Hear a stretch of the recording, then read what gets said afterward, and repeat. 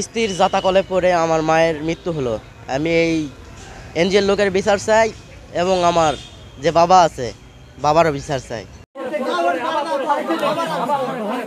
জয়পুরহাট সদর উপজেলার পূর্ব পাথুরিয়া গ্রামের বাসিন্দা আমেনা বেগম। রিকশা চালক স্বামী শাহজাহান আলীর সংসারে অভাব যেন নিত্যসঙ্গী। আর এই অভাব দূর করতেই টিএমএসএস নামে একটি বেসরকারি উন্নয়ন সংস্থা থেকে 50,000 টাকা কিস্তি তোলেন। বর্ষা মৌসুমে রোজগার কম হওয়ায় ইতোমধ্যেই দুটি কিস্তি বকেয়া পড়লে শনিবার বেলা 11টার দিকে আঞ্চলিক ব্যবস্থাপক, মাঠকর্মী সহ সংস্থাটির 3 জন আমেনা বেগমের বাড়িতে গিয়ে অকথ্য ভাষায় গালিগালাজ ও মামলার হুমকি দেয়। পরে তারা ঘটনাস্থল থেকে বের হয়ে আসার পরেই লজ্জায় ও ক্ষোভে আমেনা বেগম নিজ ঘরের বারান্দায় বাঁশের তীরে রশি দিয়ে আত্মহত্যা করেন। ঘটনাটি অত্যন্ত অমানবিক, তাই অভিযুক্তদের বিরুদ্ধে দ্রুত ব্যবস্থা নেওয়ার দাবি স্বজন, প্রতিবেশী ও স্থানীয় জনপ্রতিনিধির। ওই কিস্তির ম্যানেজার আছে আর ওই ম্যাডাম আছে, আসে বলছে যে কিস্তি দাও, তো বই ছাড়া কিস্তি দেবো না। আমি কিস্তির দিনাই মঙ্গলবারে কিস্তি, মঙ্গলবারে আমি দেবো। আমি গাড়ি চালাচ্ছে, গাড়ি চালায় টাকা জোর করে মঙ্গলবারে দেবো।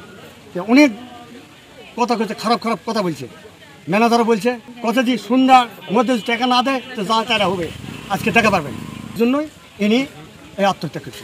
নগদের কাছে সব গ্রাহকই প্রিয়, তাই তো সারা দেশে ক্যাশ আউট চার্জ সবচেয়ে কম। স্ত্রীর জাতাকলে পড়ে আমার মায়ের মৃত্যু হলো। আমি এই এনজিওর লোকের বিচার চাই এবং আমার যে বাবা আছে বাবারও বিচার চাই। অভাবের জ্বালায় কিস্তি এনজিওর কোনো শেষ নাই দেওয়ার, এই কিস্তি না দেওয়ার বিনাপিটে আমার বোন আত্মহত্যা করছে। অফিস থেকে 3 জন আসেছিল, কারিমা আপা আর ওরা ম্যানেজার স্যার সহকারে আরও একজন, ওরা 3 জন আসে বলল যে 2 মাস থেকে কিস্তি দেন নাই, আপনার ঋণটা কে পরিশোধ করবে? আমাদের বেতনের থেকে কাটে রাখে দেয়। তে আপনি সেদিন ম্যানেজার বড় স্যারের সামনে অনেক কান্দাকাটি করলেন, আজকে কান্দেন তো দেখি বেহুদা মহিলা, আপনি এখন আমাদের সামনে কান্দেন। ঋণ দিছে আমরা, আমাদের সাথে কথা বলবেন। তো বড় স্যারের সামনে আপনি কাঁদলেন কিসের জন্য? আপনার বইকে আমরা বেচে বিক্রি করে খাই ফেলাছি। তো করলো যে 4,000 টাকা অফিসে জমা দেন আর 4,000 টাকা আমরা নতুন করে আবার ঋণ দিয়ে আমরা ওখান থেকে কাটে নিব। আমাদেরও আছে আর বাকি এনজিও এভাবে এরকম করে না। 2 বছর হোক 3 বছর হোক সময় দিয়েই নেয়, যেভাবে পারেন সুন্দরভাবে আপা খালা যা বলা লাগে বলেই নেয়, কিন্তু এইভাবে বেহুদ্দা বেয়াদব এভাবে বলে না। টিএমএসের কর্মী আসে একটু চড়া কথা বলছে, বলাতে সে তার হয়তো সেন্সে লাগাতে সে একেবারে ঘরের বারান্দাতেই, বাড়ির সঙ্গে রাস্তার সঙ্গে লাগানো বাড়ি, ঘরের বারান্দাতে ছাগলের দড়ি দিয়ে বাঁশের সাথে ঝুলে চাপ। আমি বিভিন্নভাবে কিস্তি বিভিন্ন এনজিওতে তুলে সে কিস্তির টাকাগুলো মেয়েকে দেয় না। এই না দেওয়ার জন্য আজকে কয়েকজন ফিল্মম্যান সহ ম্যানেজার সহ 5-7 জন টিএমএসের লোকেরা যা মহিলা অকথ্য ভাষায় গালিগালাজ করছে এবং তার বিরুদ্ধে মামলা করার হুমকিও দিয়েছে।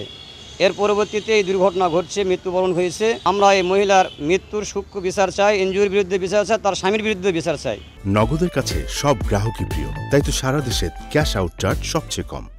তবে সংস্থাটির অভিযুক্ত আঞ্চলিক কর্মকর্তা বলছেন তাদের বিরুদ্ধে করা অভিযোগটি মিথ্যা। শনিবার আমেনা বেগমের বাড়িতে টিএমএসএস এর কোনো সদস্য কিস্তি নিতেই যায়নি বলে দাবি তার।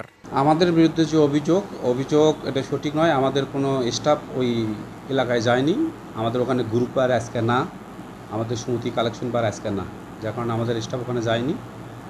আমাদের অভিযোগটা আমার কাছে সঠিক মনে হচ্ছে না।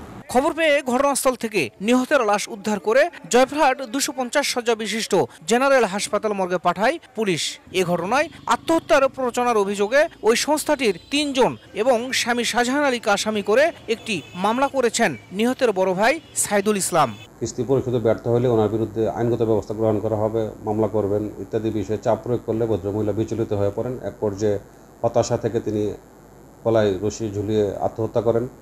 এই বিষয়ে আমরা ময়নাতদন্তের জন্য লাশ সদর হাসপাতালে প্রেরণ করেছি এবং আমরা এই বিষয়ে আত্মহত্যার প্ররোচনার একটি মামলা রুজু করেছি। 12 বছর আগে প্রথম স্ত্রী মারা যাওয়ায় দরিদ্র রিকশা চালক শাহজাহান আলী জয়পুরহাটের খেতলাল উপজেলা থেকে আমেনা বেগমকে দ্বিতীয় স্ত্রী হিসেবে বিয়ে করেন। শাহিদুল ইসলাম সবুজ, সময় সংবাদ, জয়পুরহাট।